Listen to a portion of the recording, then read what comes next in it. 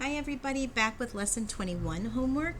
We are in the Succeed book on page 175, and what we are trying to do is to use a measuring strip or ruler like a number line. So basically we are working with a number line. We are trying to figure out what the units are so that we can solve to find out what letter A is. Sometimes they tell us the unit, sometimes we have to figure it out. So on this first one, we have to get from 10 to 40. I'm going to start by counting by tens and see what that gets me. So 10, 20, 30, 40, that's not right. So I only got halfway, maybe I need to do 5. Counting by fives then, 10, 15, 20, 25, 30, 35, 40. That's it. So each unit is 5 centimeters long. I'm going to write that in here on this first sentence. Now that I know how much each one is, then I can solve for A. What is the number of centimeters at point A? So this is 10. We have 15, 20, 25.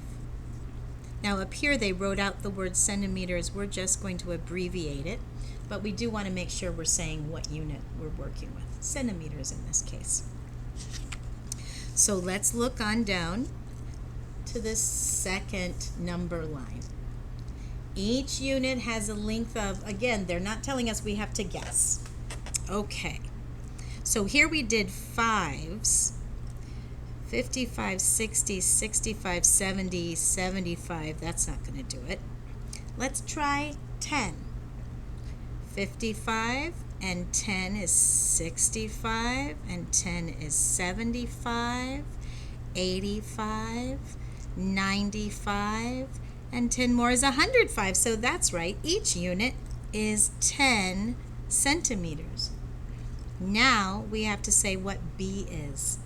So here we had 55 and 10 is 65, 75 centimeters. See? Piece of cake. Let's check the last one on this page. This is a little tricky because look at the letter is before the number we have here. This looks like maybe we're doing 10. Let's try 10. 210, 220, 230, 240. So each unit is 10 centimeters. So 210, 220, 230, 240. What comes before 210? We're going to need to count backwards here. So if we have 210 and we're going to take 10 away to go to the one right before it, that's going to be 200 centimeters. Let's take a look on the next page. On the second page, they are telling us the units. So each hash mark represents 5 more. So this is 5 and 5 and 5 and 5. They want us to say what is the difference between D and E, and they also want us to say what D is and what E is. I think it's going to be easier to start with that. 400, 405. 5 more is going to be 410, 420, and 10 more is 430. So D is 410 and E is 430. Now they want to know what is the difference between these two numbers. In other words, what is this space? We've talked about comparing two numbers and what's the difference between them before. When we are doing that, we are subtracting or counting up. So it would either be 430 minus 410 equals something, or 410 plus something equals 430. When we're working on a number line, if we know how much each unit is, it's easier just to count the spaces between the two numbers than to do any of this. Each one of these numbers, oh, that's not right, is it? 430 is wrong. I'm so sorry. I think I switched to counting by tens. 400, 405, 410, that's correct. But then this should be 415, and 5 more would be 420. Oh goodness, boys and girls, we all make mistakes. Need to pay attention to my units. Each one of these spaces is 5. So E is going to be 420. So it's 420 minus 410, or 410 plus something equals 420. We know this is 5, so we can just count 5, 10.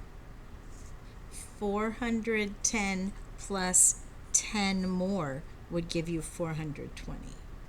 420 minus 410, 2 minus 1 is 1, 4 minus 4 is 0. So the difference between D and E is 10 because there's 5 here and 5 here. I'm so sorry, I hope that didn't mess you up. Let's look at number 4. Each hash mark represents 10 more. I'm going to box that this time. I'm learning from my mistake. Each one of these is going to be 10. So what is the difference between the two end points? Even without knowing what F is yet, I can find that out. I don't need to subtract 115, subtracting this number. I can just count my spaces. So this is 10, 20, 30, 40, 50, 60. If it's 10 for each space, then the difference between these 2 points is 60. And this is a number line now. We're not doing centimeters any longer. So this is just a number line, so we're not putting centimeters. Now we need to know what the difference is. So we could say 115 minus 60, or 60 plus something equals 115. I'm just going to count backwards by 10. So I have 115, and I'm going to take away 10. That's going to be 105. This is the tricky one. The 5 has to be there, and then 100 minus 10 is 90, so 95. Take away another 10, we have 85. Another 10, 75. 65, and another 10 is going to be 55.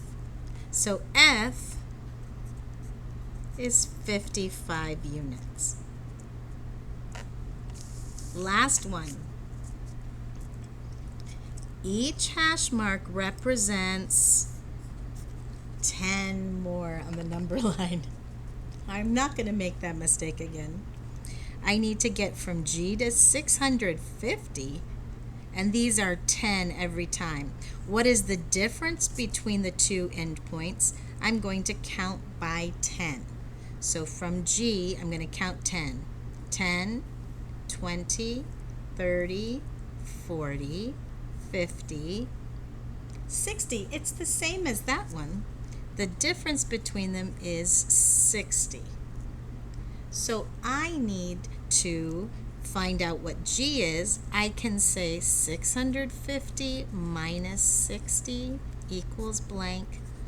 60 plus blank equals 650. Now, you can count backwards by tens, or you can solve by counting up from 60 using the arrow way. You can do the standard algorithm and subtract. I think it's easier for me just to count backwards. But these are pretty big numbers, so it's up to you. 650, I am just taking away a 10 each time, so it's going to be 640. And then I'm taking away a 10, so it's 630. Taking away one of those 10s, it's 620. Take away one of those 10s, it's 610. Now if I take away 10, it's 600. Now what would it be if I took away 10 from here? If it were 100 and I took away 10, that would be 90. But it's not 100, it's 600. So this is 590.